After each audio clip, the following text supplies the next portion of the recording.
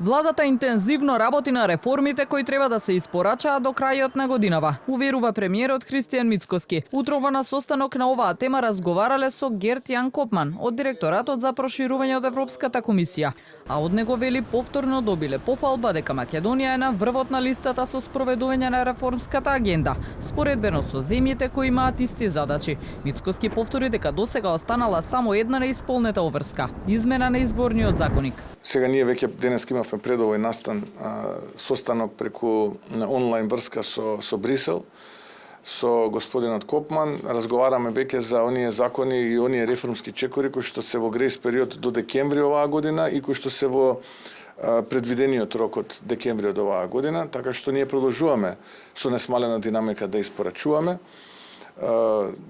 Денеска од нивна страна добивме, би рекол условно кажано, и одреден комплимент дека сме први од сите земји кои што започнуваат веќе со овие чекори да се занимаваат, додека другите се уште немаат таква намера, така би го кажал тоа.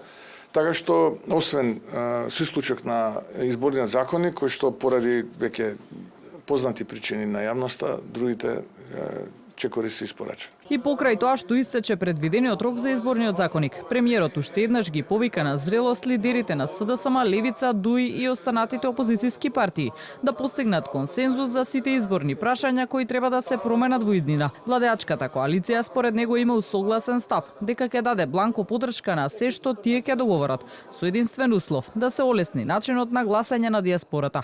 Но во меѓувреме опозицијските партии се обвинуваат меѓу себе за тајни договори со власта, но и за намерна блокада на процесот од страна на владеачката партија.